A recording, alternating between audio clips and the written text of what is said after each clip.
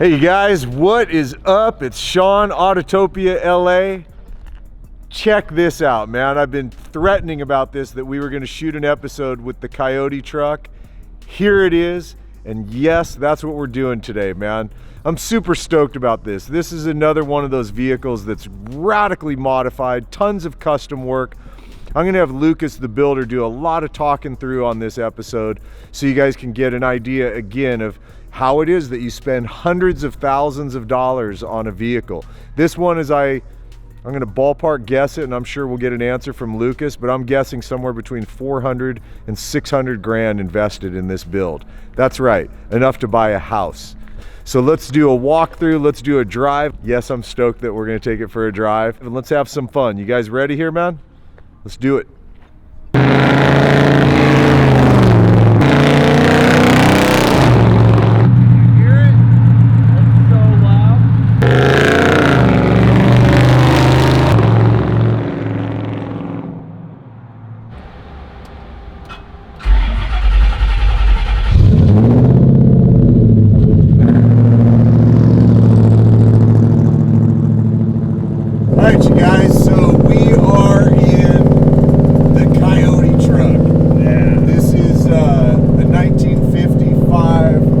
Ford F100. If you're wondering who this guy is, this is Lucas from Needfulthingz Kustoms. He's the builder of this truck. I figured rather than me trying to remember the 24,000 details on this truck, all the modifications, invited Lucas along for the ride. Wasn't that nice of me to let him ride in the truck thanks. that we built? Thanks. Yeah. Part of my thing lately has been educating you guys on customs, and how is it that you spend hundreds and hundreds of thousands of dollars building these custom vehicles? So Lucas is going to help us out. I'm curious one thing off the top, dude. What's the ballpark that's been spent in the build of this truck so far? We're valuing this truck at around 500. There you go. So $500,000, you guys. $500,000. So what we're going to do is we're going to now educate people and help them understand, how do you spend that much money? So you start with an F100 that costs you what, a couple grand? Yeah, $2,000-$3,000 at the most. It's not a big dollar truck. So you take a few $1,000 truck, and at the end of the process, now we got $500,000 into it. So let's talk through that. Like, how much of the body has been custom? Almost every single panel on the body has been modified, and we wanted to make sure that it was very subtle. Let's talk hours alone, just on the body. How many hours are in the fab work on the body? Just the cab by itself, there was 3 months just on the chop, because it was all hand formed, TIG welded with a hammer, the old fashioned way.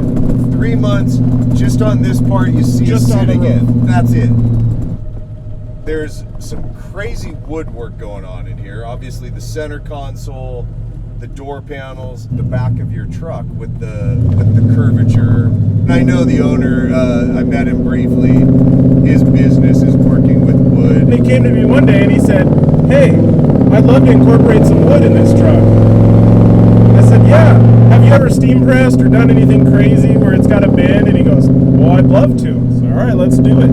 So that's how the wood came to be. Where it gets really bonkers, where it gets crazy, is when you pop the wood up on the back and we get to see the exposed underside of this truck. There's some radical hand fab work being done to create from the chassis, because it's a full custom chassis, right? You did the chassis. A lot of people come up to me and they ask, "What kind of chassis is it?" And they name off a couple. DSE, all the obvious ones. Yeah. And I go, "No." And they go, "Well, it can't be any good then." I said, "Well, I've been building chassis for 20 years.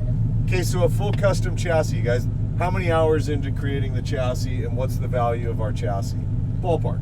We got.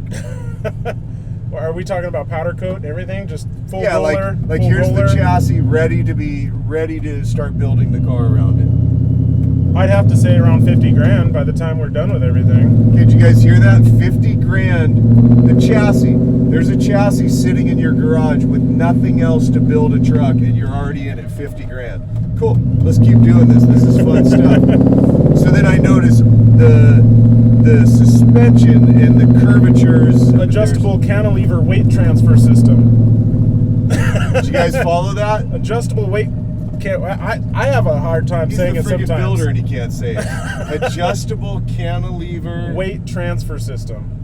It allows you to adjust the spring rate and the preload of your suspension. All right, you guys, so the simple is fully adjustable suspension on this truck. So let's go up front here and pop the hood.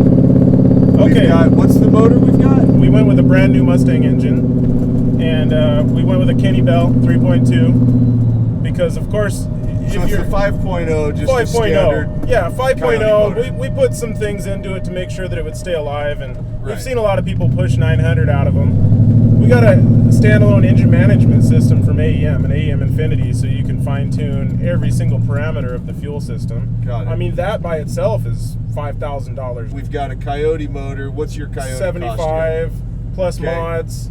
So you're 10 grand on the motor. We put a supercharger on. It's There's a 10 another grand. 5. No, it's 10? a 10 grand supercharger plus the mods that were done to it. Another 25, maybe 3.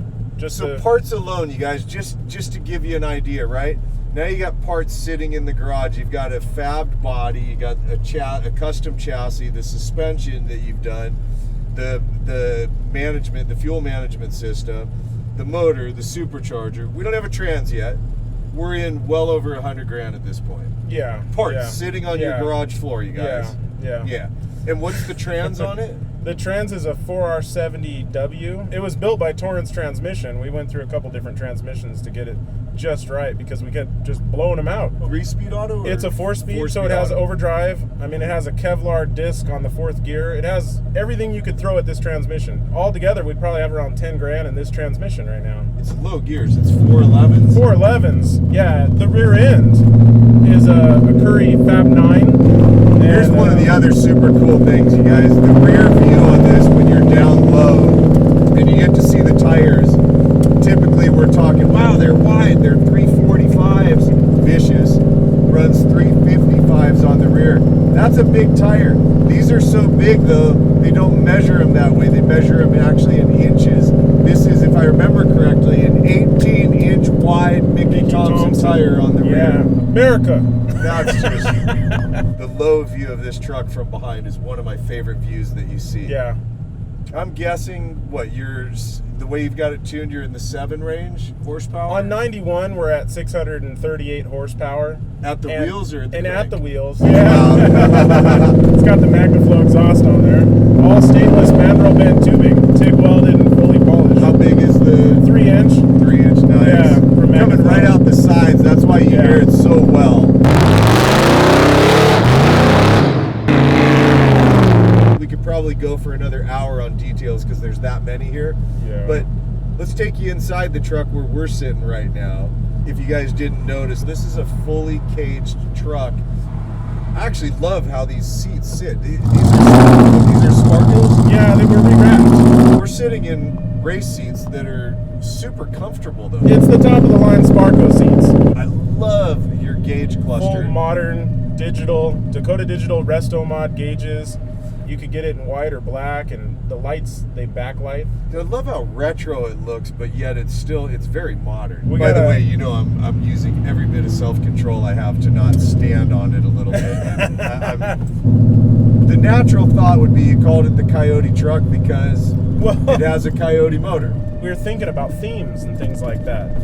And one of my friends had mentioned, he said, what about Wiley the Coyote? It's got a Coyote engine. And I said, that's fantastic. I'm going to have to talk the owner into naming it the Coyote Truck.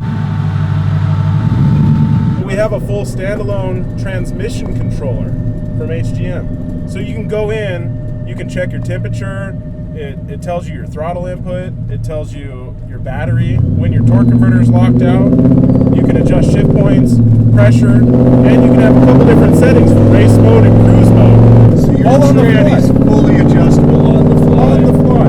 Wow, how cool is that? The truck has a complete AccuWare ride control system with Slam Specialty airbags, so you can dial in exactly the ride height that you want.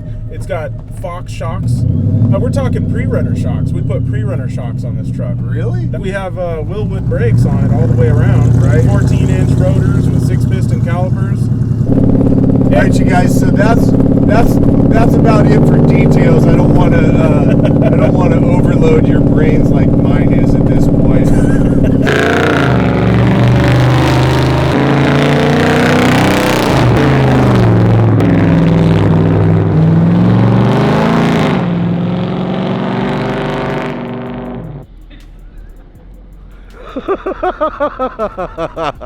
All right, you guys. Well, that is the Coyote Truck.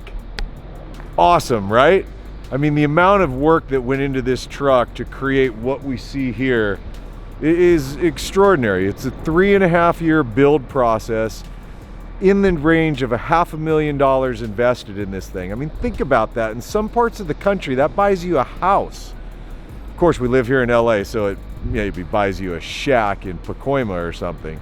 Honestly, $500,000 spent, 3.5 years of time and energy, blood, sweat, and tears to ultimately create what we see, the Coyote Truck. Just badass, right? I love what Lucas does. Got to keep following Needfulthingz Kustoms to see what they come up with next. It was fun having Lucas walk us through all the details on this.